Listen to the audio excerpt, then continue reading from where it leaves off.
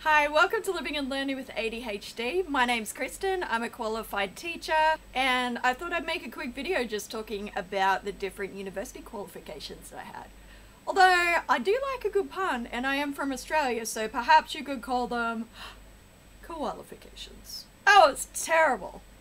So I'm going to go through these qualifications from the very start of my university career to today. So this is my very first degree. It's a Bachelor of Arts in Communication. I'm just going to hold it up to the screen for a second.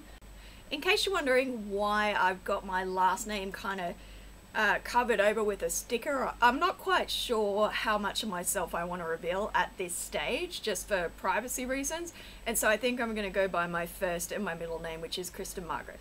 For me, this was a really enjoyable degree because I was able to be creative and sort of pursue a whole range of interests within that communications degree. Doing this course was also a really pivotal point in getting my ADHD diagnosis. I remember having a really understanding and considerate professor when I was studying journalism, and I just failed an entire semester, and he kind of said to me, "Look, you're smart, I don't know what's going on."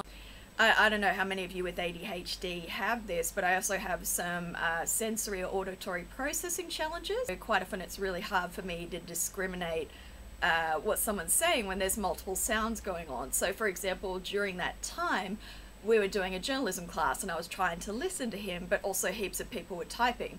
Or if somebody's talking to me at a cafe and then someone cranks a blender, I can't really take much in at all. So I often have to wait or turn a TV off so I can hear what that person's saying really clearly. The other really special thing about our university, and now I've both been a student and I teach there as well, is that they're really understanding for different learning support conditions. So this was the first time I went to somebody and they took me seriously, and they were very practical in asking what might be some solutions that we can work on to empower you. It was the first time I'd really had someone go out of their way to make accommodations for me, and I'll forever be grateful. My second qualification is a graduate diploma of secondary education, so I'm just going to hold it up. These days they actually break the graduate diploma into 2 full-time years. This was back when it was actually crammed into one, so it was insane. Basically you would have 8 weeks with about 21 assignments over 4 subjects, and then you would just finish that and you would go smack bang right into a teaching practicum for 5 or 6 weeks. So there was actually only a 2-week break in between this, and I got sick with some crazy jungle fever and was just sick as a dog. So I didn't even get a holiday, I got ripped up.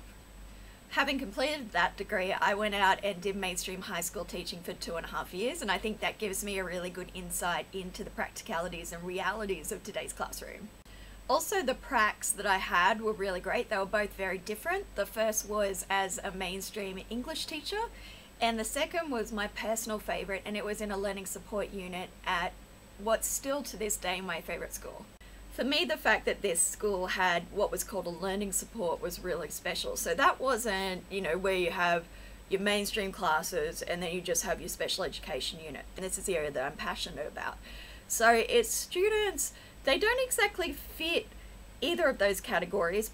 They might have high functioning Asperger's, one of the different types of ADHD, dyslexia, speech and language difficulties, or they might just be a bit behind in their literacy and numeracy.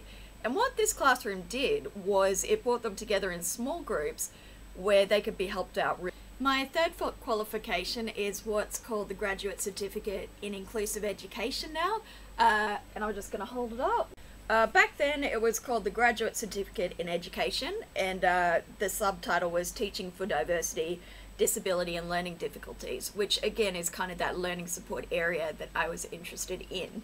When I was doing this qualification, it was actually quite relevant because I was no longer teaching in the mainstream school system, and what I was doing was working in psychology clinics. So I was working there as a social skills teacher and a tutor.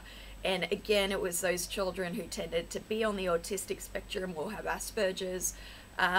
They also had ADHD or dyslexia and related conditions as well. So often I would tailor my assignments to reflect that group of learners. I'm now 2 subjects away from finishing my master's degree in inclusive education, which is an extension of the graduate certificate that I just told you about. And after that, I'm happy to tap out with my university education because I think I'm really ready to start making some good YouTube content, to start presenting at more conferences and getting to know more of the online community. I'm extremely grateful to everyone who's helped me out along my teaching journey, and especially this guy. Oh, hello! I woke you up from your nap to make a video, Leo! Thank you for helping me study! So there you have it. Thanks for watching, and I hope that every single one of you uses their beautiful brains, whether that's a job role or getting your own qualifications.